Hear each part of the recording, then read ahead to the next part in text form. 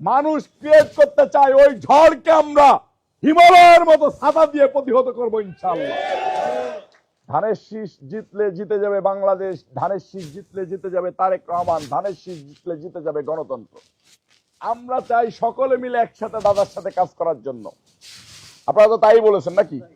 আমি সেই সকলে মিলে যাতে কাজ করতে পারে ধানের শীষের পক্ষে, সেটার জন্য আজকে সকলকে ডেকেছি, আপনাদেরকেও ডেকেছি।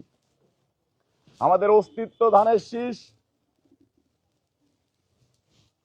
আমরা 17 বছর যাবৎ নয়, দীর্ঘদিন যাবৎ, এর আগেও আপনারা যারা লড়াই সংগ্রাম করেছেন তারাই ধানের শীষের জন্যই লড়াই সংগ্রাম করেছেন।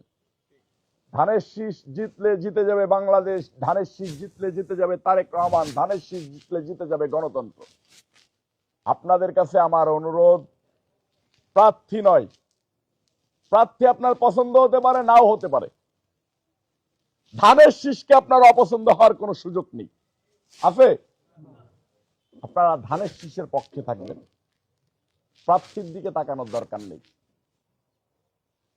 আমি আপনাদের সন্তান, আমি আপনাদের ভাই।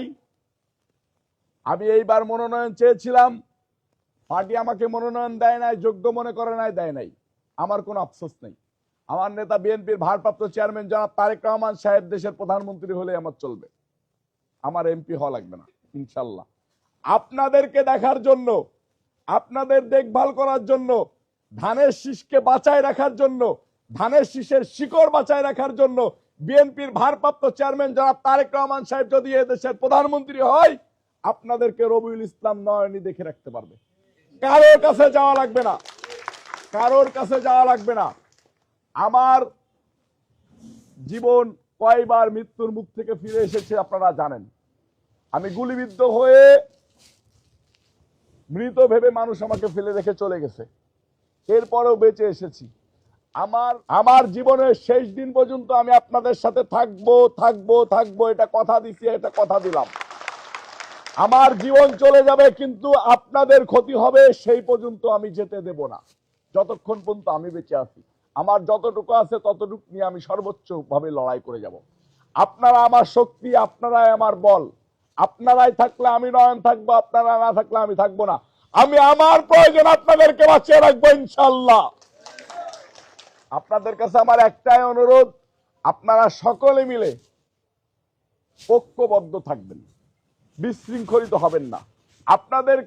আপনাদের উপরে যে ঝড় আসতে যাচ্ছে, যে ঝড় মানুষ ক্রিয়েট করতে চায়, ওই ঝড়কে আমরা হিমালয়ের মতো ছাতা দিয়ে প্রতিহত করবো ইনশাআল্লাহ। আমরা ধানের শীষের বাহিরে কেউ না, আমরা জিয়া পরিবারের বাহিরে কেউ না, এই কথাটা যেন আমাদের সকলের মাথায় থাকে। আমি আপনাদেরকে আবারও বলতেছি, আশ্বস্ত করে বলতেছি, আল্লাহর কসম খেয়ে বলতেছি, যতদিন পর্যন্ত জীবিত আছি মাগুরা 2 আসনের মানুষের সাথে আছি থাকবো।